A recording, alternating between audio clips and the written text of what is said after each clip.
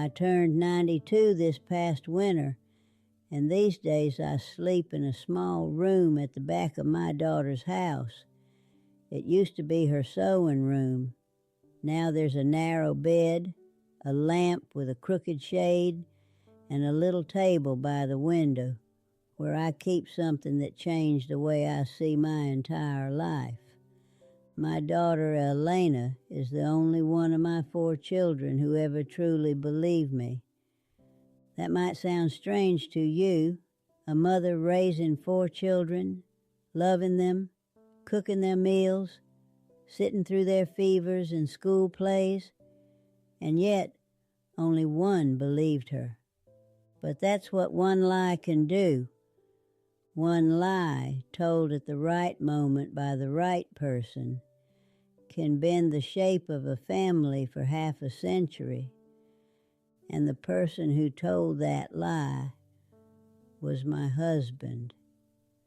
Before I tell you how everything unraveled, let me ask you something. Have you ever trusted someone so completely that the idea of them betraying you didn't even exist in your mind?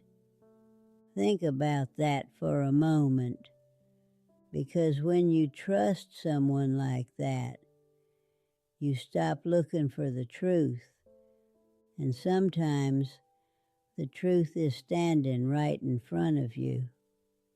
I met Walter Grant in the autumn of 1953 in a small town outside Lexington, Kentucky. I was 20 years old. Walter was 23, tall, broad-shouldered, and working at a machine shop that built farm equipment. He had a steady paycheck, a confident smile, and the kind of voice that made people lean in when he spoke. But the thing I remember most was the way he looked at me. Have you ever had someone look at you like you were the most important person in the room? When you're young, that kind of attention feels like destiny. Now, of course, I know it was just charm. But when you're 20, charm and destiny feel exactly the same. We married the following spring in a small white church with creaky wooden pews and stained glass windows that turned the sunlight into colors on the floor. It was a simple wedding. Simple dress, simple ring, simple dreams. Walter got a better job 2 years later in Columbus, Ohio, and we moved into a small 2-bedroom house that cost $7,200. At the time, it felt like a palace.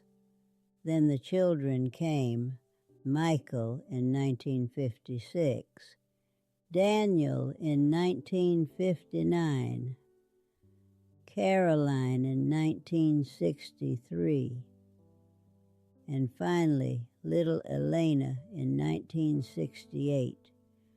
4 children, 1 income, and a house that seemed to break something every week, but it was a good life. Shoes piled by the door, pancake batter on Saturday mornings, laundry baskets that never stayed empty, the kind of chaos that feels exhausting when you're living it, but becomes beautiful when you look back. You know what I mean, don't you? You never realize those noisy years are the happiest ones until they're gone. Now, there's something important you need to know about me. Something I didn't fully understand until very late in life. Before I married Walter, I had a dream. Not a vague dream, a very clear one. I wanted to become a school teacher. My father used to bring home old books from the library that were about to be thrown away. I'd sit on the porch for hours reading them. imagining myself standing in front of a classroom someday, helping children understand the world, showing them how big life could be. In 1952, a year before I met Walter, I applied to Eastern Kentucky State College. It was the boldest thing I had ever done. I filled out every form carefully, wrote my essays 3 different times, and mailed the envelope with shaking hands. At the time, Walter and I were already dating. A few months later, he told me a letter had arrived while I was visiting my aunt in Louisville. He said it was from the college and that it was a rejection. He said they had decided I wasn't accepted. I remember sitting at the kitchen table reading the letter he handed me. My chest felt hollow. I cried quietly for 2 days. Then I folded the letter and put it away, and I told myself something that would shape the next 70 years of my life. I guess I wasn't smart enough. Tell me honestly, have you ever believed something about yourself simply because someone else told you it was true? Because when you believe something long enough, it becomes part of your identity. The years passed. The children grew. Life moved forward. And for a long time, I believed we were happy. But the truth has a strange way of revealing itself. Sometimes slowly, sometimes all at once. For me, it happened on an ordinary Thursday in 1982. I came home early from a church fundraiser because I had a pounding headache.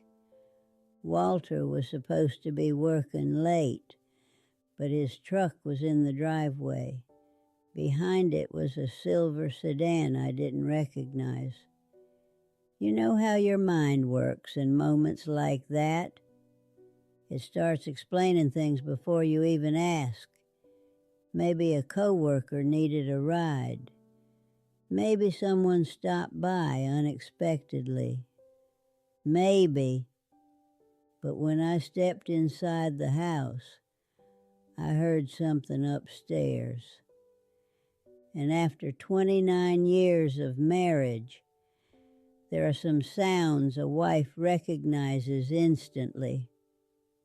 I walked up those stairs slowly, opened the bedroom door, and there he was, my husband, in our bed, with a woman young enough to be my younger sister. She looked at me like I was the stranger. Walter jumped up, stammering, trying to pull on his shirt. "Margaret," he said, "this isn't what it looks like." I remember something strange about that moment. I didn't cry. I didn't scream. I just looked at him and said quietly, "Walter, I'm not foolish." That was the only time in my entire life the right words came at exactly the right moment. Usually we think of them 3 days later. You know what I mean. He admitted the affair. Her name was Linda. She worked at his office. It had been going on for nearly 3 years. 3 years of late meetings. 3 years of extra shifts. 3 years of me ironing his shirts so he looked nice when he went to see her. But here's the thing. Affairs destroy marriages. They don't always destroy families.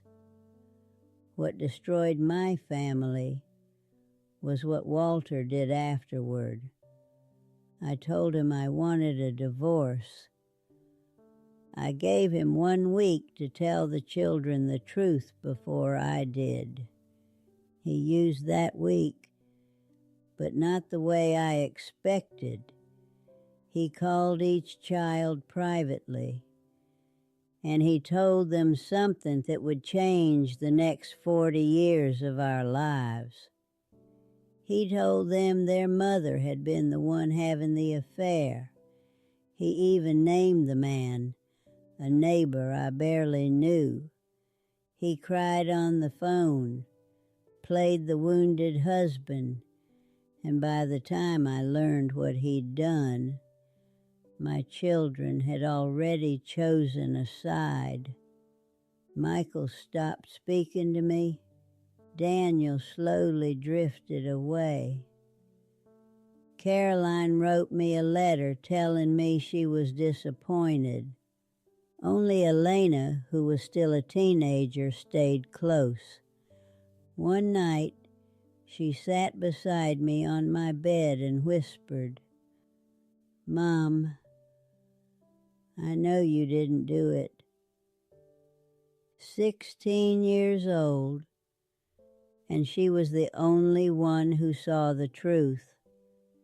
Tell me something. Why do you think children believe the first story they hear? Maybe because it's easier than questioning it.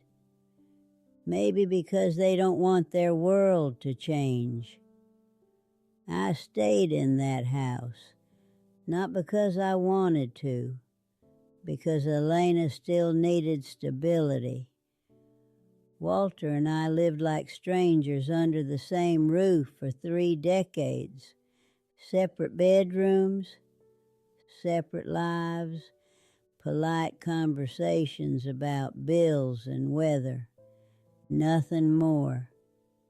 When he died in 2014, his last words to me were, "I'm sorry." I asked him, "For what, Walter?" He never answered. A few months ago, something arrived in the mail, a package with no return address. Inside were dozens of old letters. Walter and Linda had written to each other for years. Photographs, cards, proof of everything. At the bottom of the box was one more envelope, old, yellowed, from Eastern Kentucky State College. Elena opened it because my hands were shaking too much. She read it out loud. "Dear Miss Margaret Hale, we are pleased to inform you that you have been accepted into the School of Education with a full scholarship." A full scholarship. I sat there in silence. For 70 years I believed I wasn't good enough, and the truth was, I'd been accepted all along. Walter had hidden the letter. He had decided my future for me. Imagine carrying a lie about yourself for 70 years. How would that shape your life? Michael called the next day. He's 70 years old now. He cried. Daniel drove 3 hours just to sit in the kitchen and apologize. Caroline still hasn't called. And you know what? That's all right. Because at 92 years old, I've learned something important. Peace doesn't come from everyone believing you. It comes from finally believing yourself. The acceptance letter sits beside my bed now. Every night I read it before I turn off the lamp. Elena said to me last week, "Mom, you would have been an incredible teacher." And I told her the truth. "Yes," I said, "I think I would have been."